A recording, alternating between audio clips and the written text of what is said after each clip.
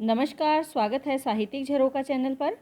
आज हम करेंगे निबंध साहित्य विकास क्रम भाग 3, यानी ये तीसरा वीडियो है निबंध साहित्य का। इससे पहले 2 वीडियो मैं डाल चुकी हूँ, उनका लिंक मैं वीडियो के डिस्क्रिप्शन बॉक्स में डाल दूँगी, तो आप वहाँ से कर सकते हैं। सबसे पहले वीडियो में हमने जाना था कि निबंध विधा क्या है और हम इसे कितने भागों में बाँट सकते हैं। दूसरे में हमने जो किया है उसमें भारतेंदु युग और द्विवेदी युग में जो निबंधों का विकास हुआ है उसके बारे में जाना है। और आज हम करेंगे आचार्य रामचंद्र शुक्ल के समय में, जिसको नाम दिया गया है शुक्ल युग, में निबंधों का विकास कैसे हुआ, किन किन निबंधकारों ने इसमें अपना योगदान दिया है, तो इसके बारे में हम विस्तार से करेंगे। तो आइए शुरू करते हैं।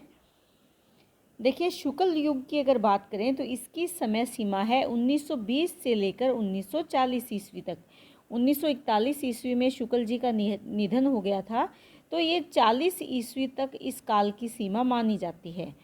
प्रमुख निबंधकारों की अगर बात करें तो सबसे पहले निबंधकार कौन है? आचार्य रामचंद्र शुक्ल है।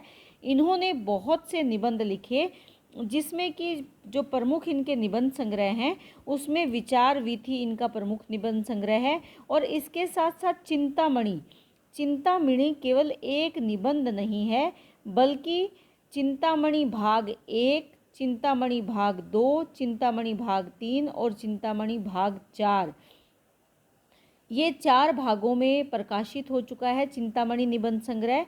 और इसमें भी चिंतामणि भाग 1 में 17 निबंध है, चिंतामणि भाग 2 में 3 निबंध है, चिंतामणि भाग जो 3 है इसमें 21 निबंध है, और चिंतामणि भाग 4 में 47 निबंधों को संग्रहित किया गया है।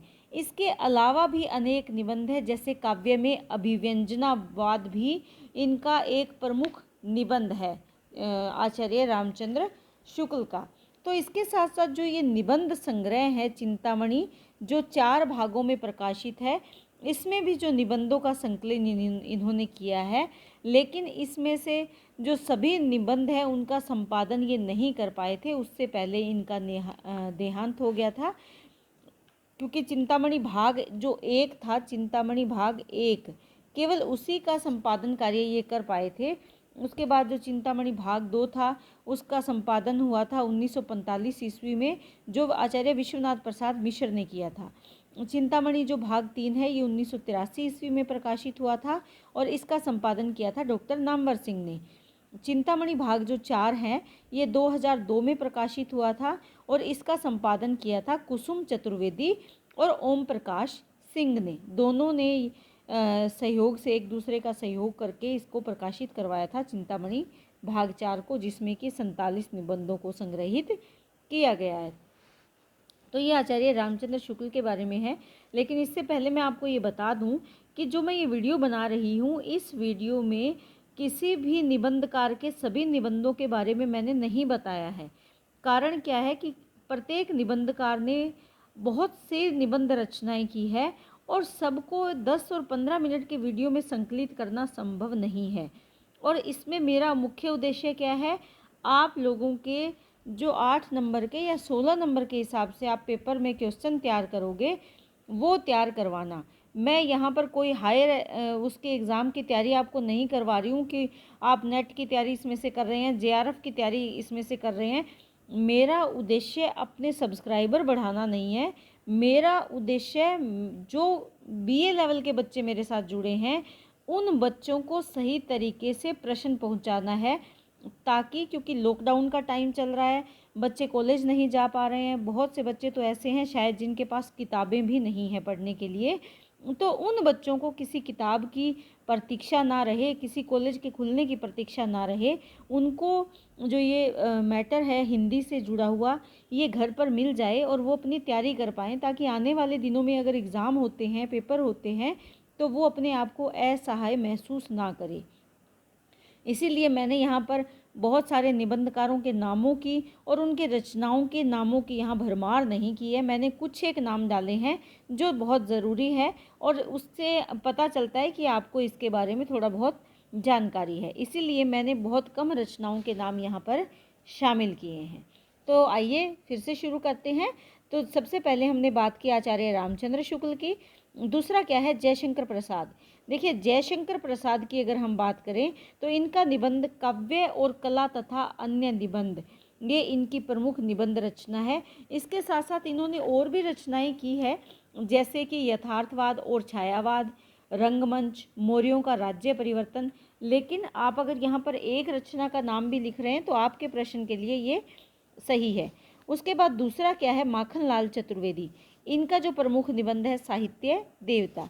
चतुरसेन शास्त्री, इनका निबंध है अंतरस्थल और तरलागनी। राहुल सांकृता, इनका नाम यहाँ डालेंगे हम, साहित्य निबंधावली इनकी प्रमुख रचना है।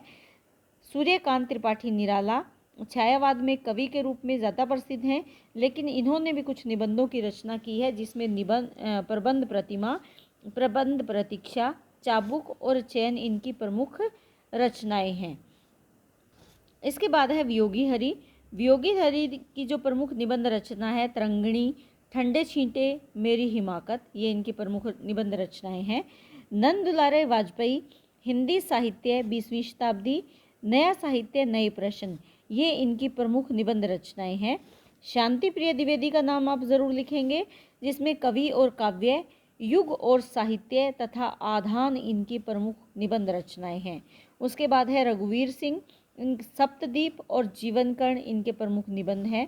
महादेवी वर्मा, जो कि छायावाद की एक प्रसिद्ध कवित्री के रूप में जानी जाती हैं, इन्होंने भी निबंध साहित्य में अपना महत्वपूर्ण योगदान दिया है, जिसमें श्रृंखला की कड़ियाँ इनका प्रमुख निबंध है। इसके साथ साथ अगर देखें तो शरणदा है, साहित्यकार की आस्था है।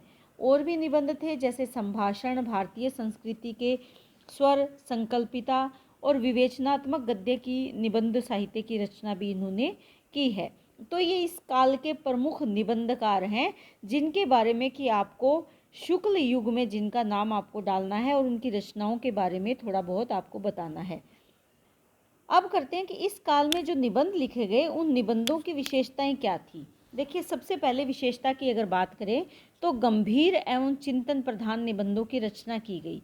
आचार्य शुक्ल वैसे भी गंभीर शैली के लिए जाने जाते हैं, तो उन्होंने अनेक निबंधों की रचना की और इस काल का नामकरण भी उनके नाम पर ही है। तो इससे स्पष्ट है कि उन्होंने गंभीर विषयों को लिया और उन जो भी विषय लिए वो चिंतन प्रधान विषय थे। इस काल के निबंधकारों ने जिन विषयों पर भी निबंध लिखा वो गंभीर विषय थे और चिंतन प्रधान निबंधों की रचना उन्होंने की है। दूसरा क्या है, मनोविकारों की प्रौढ़ व्याख्या।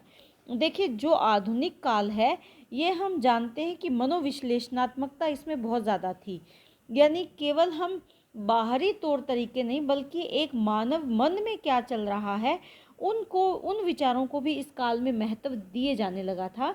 तो जो मन के विकार हैं उनको लेकर, यानी मनोविज्ञान को आधार बनाकर भी निबंधों की रचना की गई और उसमें जो हमारे मन के विकार हैं उनकी प्रौढ़ व्याख्या की गई, यानी उस पर खुले मन से विचार किया गया और निबंधों में उन मनोविकारों को स्थान भी दिया गया।